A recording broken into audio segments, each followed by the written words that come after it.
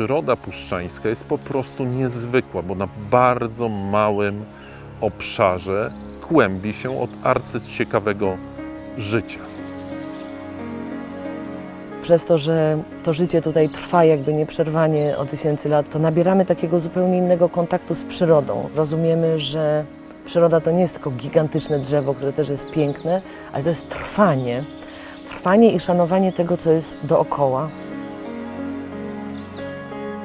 Wszystko, co my tutaj widzimy, to nie są jakieś pojedyncze elementy, jakieś drzewa odrębne, mchy, zwierzęta, tylko to jest cały układ, który ze sobą musi współgrać.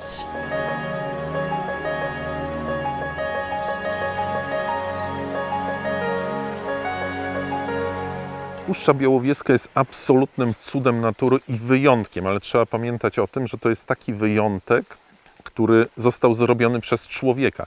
Kiedyś takie lasy powszechnie porastały niż europejski, a został z nich tylko ten bardzo niewielki kawalątek. No, Puszcza Białowieska to jest 0,6% polskich lasów. Dlaczego to jest wyjątkowe? Bo to jest najlepiej zachowany nizinny las strefy umiarkowanej. I takie lasy były najszybciej przekształcane przez człowieka. Puszcza została, jest czymś niesamowitym, nie tylko ze względu na gatunki, które tu mamy, takie jak żubr oczywiście, dzięcioł trójpalczasty, dzięcioł białogrzbiety, suweczka, ale przede wszystkim możemy tutaj obserwować niezwykłe, naturalne procesy ekologiczne właściwe dla lasów europejskich, których niestety już w europejskich lasach nie ma. Puszcza Białowieska potrzebuje dwóch rzeczy. Całkowitego i raz na zawsze zastopowania tu jakiejkolwiek gospodarki leśnej. Ta gospodarka leśna trwa tutaj od 100 lat i nie przynosi niczego dobrego. 100 lat jak na życie tego lasu, które trwa od 12 000 lat, to jest naprawdę mało. Więc wydaje mi się, że przede wszystkim powinniśmy przestać tu raz na zawsze i ustalić to raz na zawsze, ciąć i sadzić. Druga rzecz, to musimy skończyć z polowaniami w Puszczy Białowieskiej. One są tu niepotrzebne. Mamy tu duże drapieżniki, mamy tu wilka, mamy tu rysia. Gdyby nie zapora na granicy, to wróciłby niedźwiedź.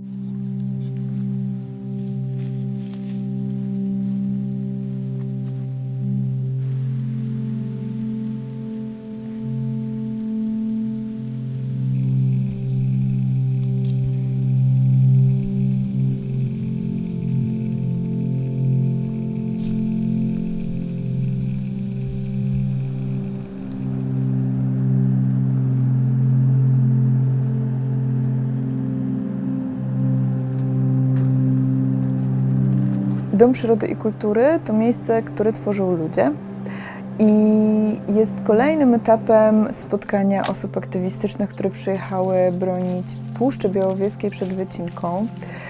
Jest to miejsce, które opiera się tak naprawdę na nieustannym uczeniu się tego, jak być ze sobą w relacjach, w szacunku do różnorodności, ale też do tego, że każdy ma swój tryb działania, sposób działania i różne pomysły na to, jak zmieniać świat na lepsze. I też myślę, że nie byłoby to tak łatwe, gdyby nie to, że jesteśmy w samym sercu Puszczy Białowieskiej. Dla mnie Dom Przyrody i Kultury to też takie miejsce, gdzie naprawdę osoby bardzo szybko mogą poczuć się jak w domu. Dlatego, że jest to miejsce, które jest otwarte i mieści wiele idei zarówno osób, które są naukowcami, jak i osób, które są po prostu fascynatami przyrody, osób, które są artystami, artystkami, wolontariuszkami, które kochają spotkania. Ja jestem na przykład terapeutką i też mam tutaj swoje miejsce.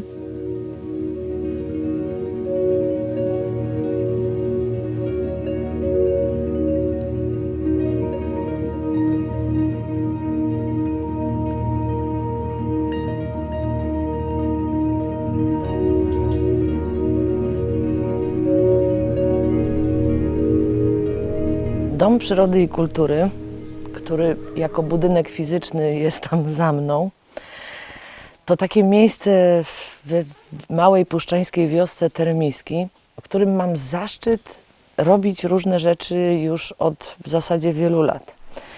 I czasem nie wierzę w ogóle w to, że coś tak wspaniałego jest w moim życiu i że w ogóle znalazłam się tutaj za pomocą jakichś puszczańskich czarów prawdopodobnie, bo nigdy bym nie wymyśliła, że będę mogła po prostu robić swoje wymarzone rzeczy w środeczku samym Puszczy Białowieskiej, że przeprowadzę się tutaj, że wyjadę i że w ogóle zmienię swoje życie na tyle, że zacznę zajmować się aktywizmem leśnym, latać po lesie, chroniąc drzew i generalnie całkowicie zmieniając swoje życie.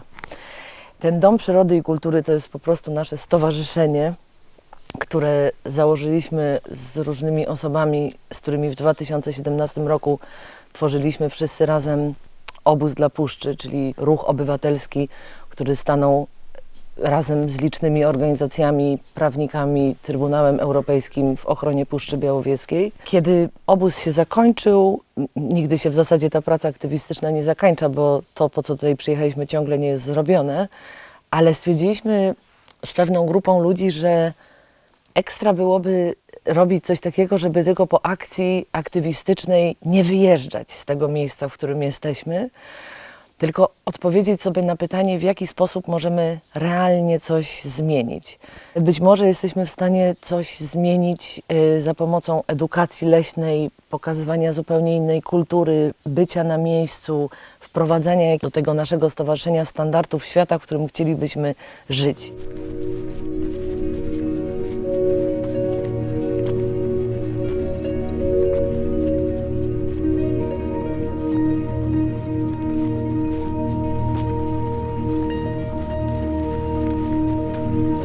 Jak się zaczęła moja przygoda z edukacją przyrodniczą w Puszczy Białowieskiej? Przyjechałam do Puszczy kilka lat temu i wcześniej w zasadzie o edukacji, czy w ogóle o przyrodzie, dzikiej przyrodzie wiedziałam niedużo.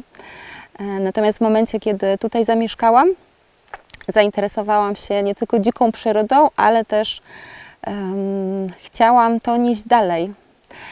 Od kilku lat pracuję jako przewodniczka po Białowieskim Parku Narodowym i po Puszczy Białowieskiej. Od kilku lat też prowadzę zupełnie społecznie i niekomercyjne takie spacery do części objętej ochroną ścisłą w Parku Narodowym i są to spacery skierowane do mieszkańców tutaj regionu Puszczy Białowieskiej, czyli głównie do 4 puszczańskich gmin. Ja uważam, że tą wiedzą należy się dzielić, ale też i tym, że ja dzięki temu miejscu, dzięki Puszczy Białowieskiej żyję, zarabiam, to jest moja praca, więc też jestem coś winna temu miejscu i tym ludziom. To też się dzieje z dużym udziałem Domu Przyrody i Kultury, gdzie grupy szkolne mogą przyjeżdżać na zielone szkoły, czyli pobyć kilka dni tutaj w okolicy, w Puszczy Białowieskiej i na łonie natury, w plenerze, odbyć zajęcia, pójść do lasu, spotkać się z przyrodnikami, z przewodnikami, pójść tutaj do różnych instytucji, jak na przykład do Instytutu Biologii Ssaków, spotkać się z naukowcami i czerpać wiedzę u źródła. Więc to jest w ogóle idealne miejsce do tego, żeby taką edukację przeprowadzać.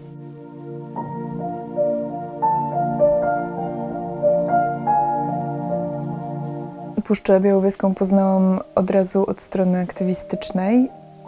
Dowiedziałam się o tym, że od wielu lat odbywają się tutaj patrole, które mają chronić jelenie mające swój czas godowy, zwany rykowiskiem, które to patrole miały powstrzymywać myśliwych przed polowaniami na jelenie, które w tym czasie są mniej uważne, ponieważ zajęte są swoim okresem godowym. I pierwszy taki patrol, który odbyłam jadąc na rowerze, sprawił, że poczułam, że skoro ja mogę być w przyrodzie, łączyć przyjemne, pożyteczne i jeszcze dodatkowo mieć szansę na to, żeby spotkać dzikie zwierzęta, to dla mnie to było jasne, że muszę tutaj być.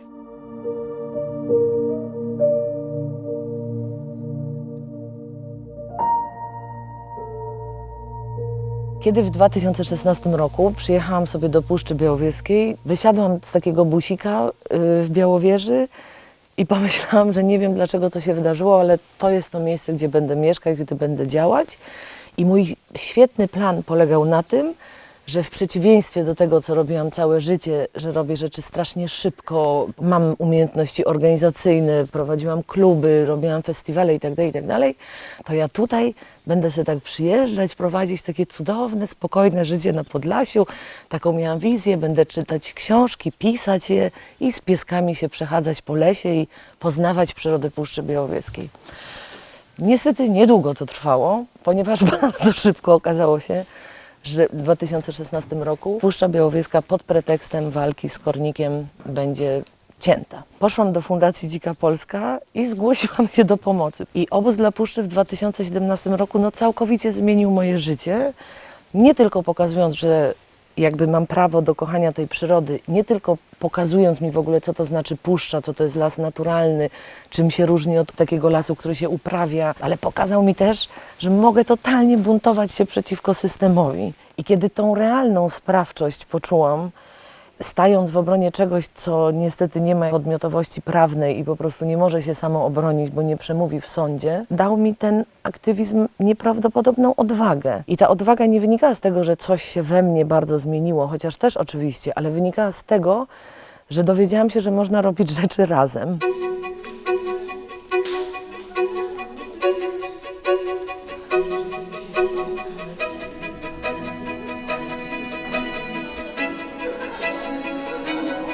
Działania społeczne są możliwe długofalowo, jeżeli robimy je zgodnie też z tym, co jest naszymi zainteresowaniami, naszymi pasjami i co jest bliskie naszym sercom. Więc to jest dla mnie ten najbardziej istotny obszar, który jednocześnie ma swoje podłoże cały czas w przyrodzie i w tym, że na różne sposoby chcemy ją chronić, ale też jesteśmy w przyrodzie w sposób pełen szacunku, wdzięczności i że też będąc w takich sieciach, w których rozumiemy szacunek do przyrody, szacunek do dziedzictwa, też do dziedzictwa kulturowego, który gdzieś nas wszystkich w jakiś sposób łączy i wcale nie trzeba się nad tym zastanawiać, dlaczego chcemy robić coś razem albo dlaczego nam jest dobrze w wspólnym działaniu. Ekologia jest to przepiękna nauka, która pokazuje powiązania, relacje między różnymi organizmami i to, jak na siebie wzajemnie wpływają. Czyli to wszystko, co my tutaj widzimy, to nie są jakieś pojedyncze elementy, jakieś drzewa odrębne, mchy, zwierzęta, tylko to jest cały układ, który ze sobą musi współgrać. No i teraz jak to zrobić, żeby to pokazać innym, żeby zainteresować ludzi tym tematem i żeby dać im do zrozumienia, że my jako ludzie jesteśmy częścią tego układu. Jak włączać tutaj lokalną społeczność w takie działania, jak sprawić, by działania o charakterze edukacyjnym, przyrodniczym były dla nich ważne, to jest to w ogóle pytanie bardzo duże i fundamentalne, które warto sobie stawiać. Ciekawym zagadnieniem jest też to, jak sprawić, żeby ludzie w ogóle poczuli, że takie dziedzictwo przyrodnicze jest jakimś wspólnym dobrem, jest naszym skarbem, o który musimy zadbać, jak poczuć tą odpowiedzialność, że to nasze działanie mają realny wpływ na to, w jakiej kondycji to środowisko jest.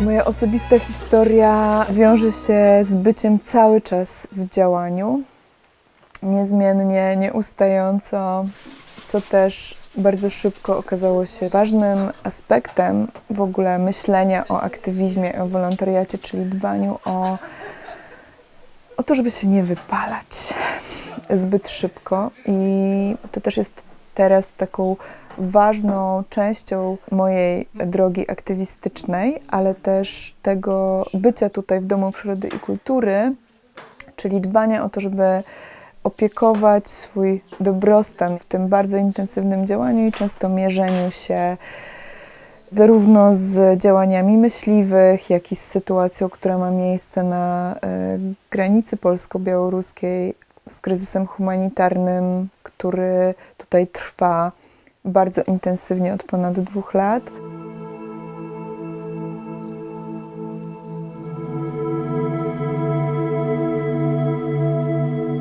Oczywiście to nie jest tak, że po prostu jak człowiek zaczyna działać aktywistycznie, to w ogóle wszystkie problemy znikają i po prostu prowadzisz najbardziej wyluzowane życie na świecie. W ogóle nie. Jest jeszcze więcej tych problemów, bo jeszcze się zmagasz z wypaleniem, traumą, PTSD i tak dalej.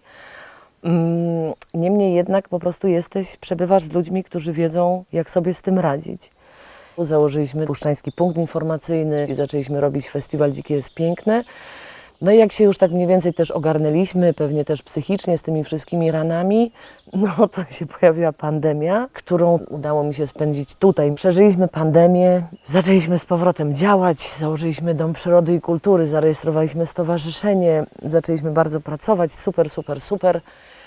No i wtedy pojawiła się jakby najgorsza rzecz, jaka tutaj mogła się pojawić. Została wprowadzona strefa zamknięta, no i zaczął się kryzys humanitarny, w którym wszyscy tutaj uczestniczymy. Nie chciałabym jakoś bardzo mówić o przeżyciach związanych ze strefą, służbami, kolejnymi traumami, kolejną walką z systemem, umierającymi ludźmi w lesie, ale to jest jakby takie, no, że łamie ci się życie po prostu kompletnie. Z przerażeniem obserwujesz też, jak zmienia się narracja wokół Puszczy Białowieskiej, że od lat 90., kiedy zaczął się ruch ochronny Puszczy Białowieskiej, jest cały czas mówienie, że dziko, że pięknie, że najpiękniej, ostatni taki nizinny las w Europie i tak dalej. A tymczasem nagle narracja niemalże tych samych ludzi, którzy na przykład uczestniczyli w obronie Puszczy Białowieskiej, zmienia się na to, że Puszcza niesie śmierć, Puszcza jest niebezpieczna, w Puszczy się umiera. I kiedy już jakoś tak sobie człowiek psychicznie poradził z tym, że dobra, jest kryzys humanitarny, ale to nas czeka, jest przecież kryzys klimatyczny, coraz będzie więcej ludzi szukać lepszych miejsc do mieszkania ze względu na wodę, ze względu na temperaturę, no to nagle dostajesz jeszcze wiadomość, że budują przez środek Puszczy Białowieskiej mur.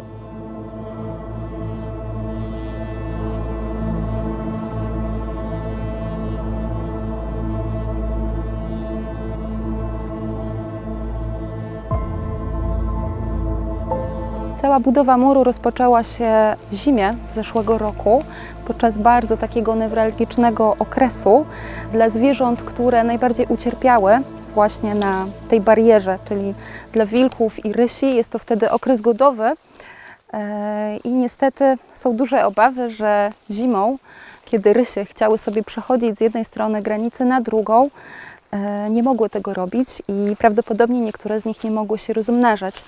Jest to bardzo duże niebezpieczeństwo dla tych zwierząt, ponieważ są to zwierzęta rzadkie i mające określone wymagania środowiskowe, a przede wszystkim wymagające dużych przestrzeni, na których swobodnie mogłyby się poruszać.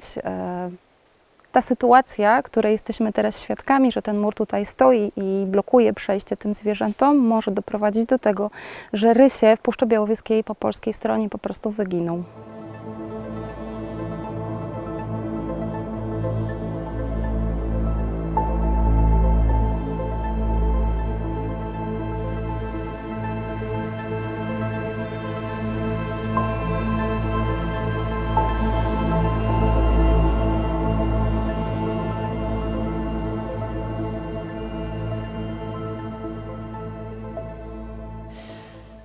Moim marzeniem związanym z Puszczą Białowieską jest to, żeby ten skrawek malutki tego lasu naprawdę objąć całą ochroną. To jest bardzo dziwne, że wciąż musimy o to walczyć.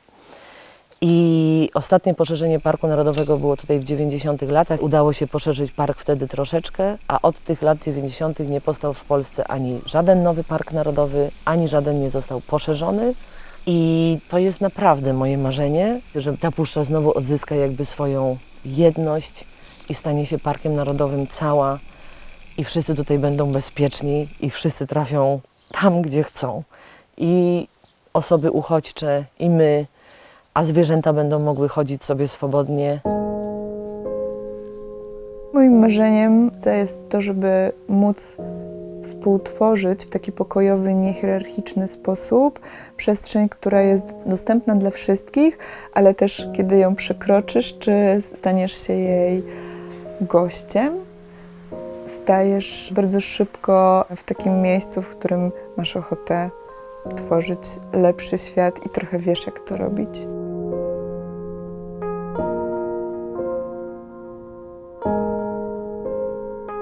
Przede wszystkim mi się marzy, żeby edukacja przyrodnicza była robiona na wysokim poziomie, na dobrym poziomie, przez ludzi doświadczonych, zaangażowanych, z pasją. I marzyłoby mi się, żeby po prostu można było zatrudnić takich ludzi na stałe w różnych instytucjach, żeby ten temat był w ogóle ważny na takim poziomie ogólnopaństwowym i rzeczywiście, żeby był szeroko dostępny. To jest moje marzenie. Chętnie wzięłabym w czymś takim udział.